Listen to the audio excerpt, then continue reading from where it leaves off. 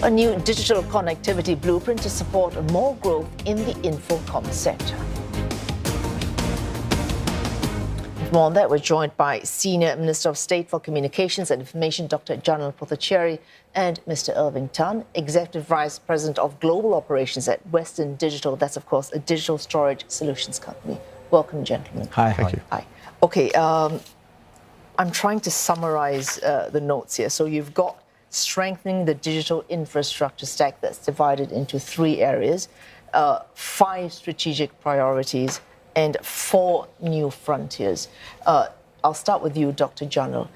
Summarize that as best as you can in the context of how it's relevant for, say, someone like me. Well, the key issue for someone like you and many other Singaporeans is how can we make sure we continue to create the best possible opportunities in their jobs. If you look at our situation here today, many jobs, many businesses, many supply chains, many value chains are built on a digital foundation. You may not think your job is digital, but somewhere in your customer relations and the way your employer does work and the way that the transactions occur, you're relying on the digital foundations that we have. Now, 10 years from now, how do we make sure that those jobs that we have here in Singapore are still best in class? We're creating the same kind of opportunity. So that's one set of issues where it's relevant. There's a whole bunch of others where it's about the fun and the leisure that we have, the gaming experiences, the kind of media that we consume, and we want, again, the best in class of seamless connectivity.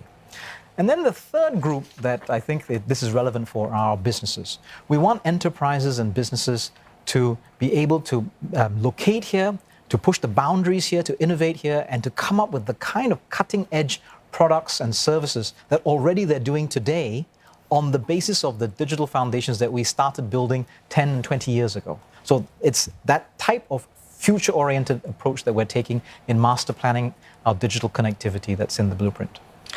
Dr. Janil, what I hear you say is that we're laying the foundations for our future here, for our digital needs, and maybe even digital needs that we don't know that we need.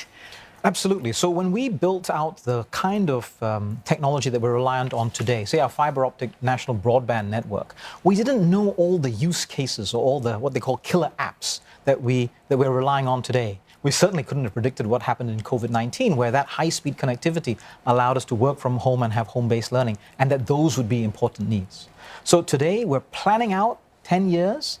We have some idea because of the kind of technology that we're using and the kind of interest we're seeing from industry, but we don't know every use case, and we certainly don't know every killer app. But we've got to make it possible that they will have the connectivity to the world, connectivity to each other, and the computing power here in Singapore. So the economic investment is vital. Absolutely. We have to have that economic investment to create the kind of opportunities that we need. Right. Mr. Tan, Yes. we can't be leaving you out of this one. Sure. What we've had in the past, given that what we do not even know what the future will hold, what are we doing now that is so different from what we did, as you managed to say, 10, 20 years ago? Yeah, I think 10, 20 years ago, it was really focused on ensuring there was ubiquitous high-speed connectivity. But if you look at where we need to be a decade, 2 decades from now, technology has really changed. We are clearly able to see some global and market trends that are shaping out. For example, it's not only just about bandwidth, it's about latency in industry. When you talk about advanced manufacturing, What does that mean? What's latency? the speed at which data flows up and down, as opposed to just the size of data that's getting transmitted. So latency is important for autonomous systems. As an example, if you're a port operator and if in an automated guided vehicle that now is basically a robotic truck that's moving around when in the past you used to have a driver, you need latency because it needs to be able to have sufficient speed to react when it sees obstacles in its way.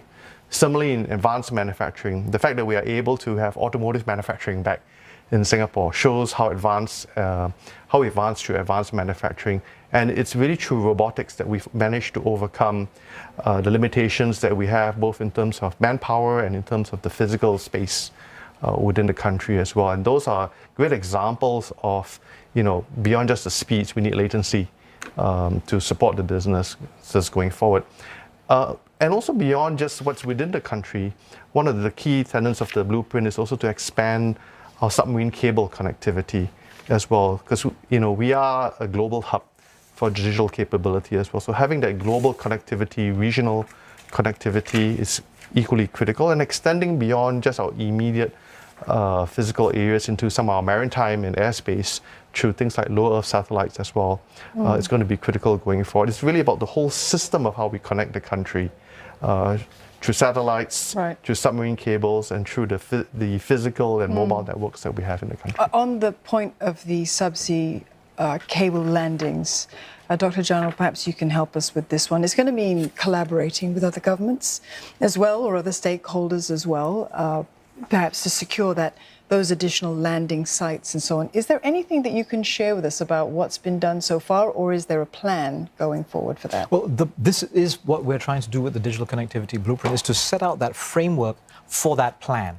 We want to double our capacity in subsea cables, and doing that will require not only that we play our part from a government in terms of securing the sites and the regulatory opportunities for these cables to be attracted to Singapore, but that we work with the private sector, because the cables are put up by private sector consortia, and they link through to data centers, which are then supported by the private sector's needs and the demand that's created there. So stringing all that together is important. We can't just say that we want to double the capacity. We have to go step by step and think through the use cases and bring together partners and stakeholders to then realize this. We will have to invest some, but we'll also then have to use those investments to attract investments and catalyze that investment cycle to then deliver on this doubling of capacity. Right.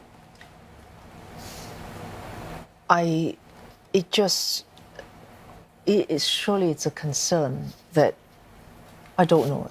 I don't know anything. I wouldn't even pretend to know what all these things mean, but a part of me doesn't trust anyone, let alone cables that can be damaged, tapped into by anyone for their own purposes, for their own gain at my loss. Are we doing enough to safeguard all these things we're setting up, on which we depend and which others can tap into and harm us or take things from us? Well, today, as Irving pointed out, Singapore is already a significant hub for subsea cables landing here in Singapore, bringing that connectivity to the world. And it's through those subsea cables that we provide many of our internet-based services and our online services. And indeed, making sure that there is trust in that system is important. So today, I think businesses generally have that level of trust.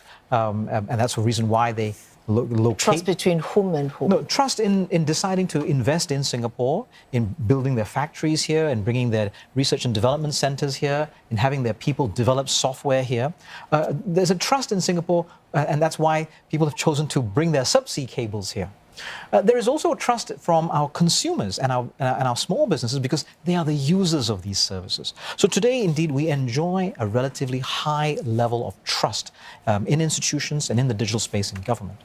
Part of what we need to do in the blueprint and in our work going forward is make sure that we shore up that trust and reinforce that trust. You're absolutely right. Every time we think through these various technologies that we're talking about, whether it's the quantum network, autonomous systems, or robotics, the middleware layer, there has to be a component of that work looking at the security of that piece, looking at the resilience, and making sure that the users of that technology can trust that environment. So that's very much front and center for the work that we're doing. And so I agree with you, we have to make sure that all of this is trusted. Well, ultimately, this is about the future of businesses. It's the future of the people here in Singapore as well.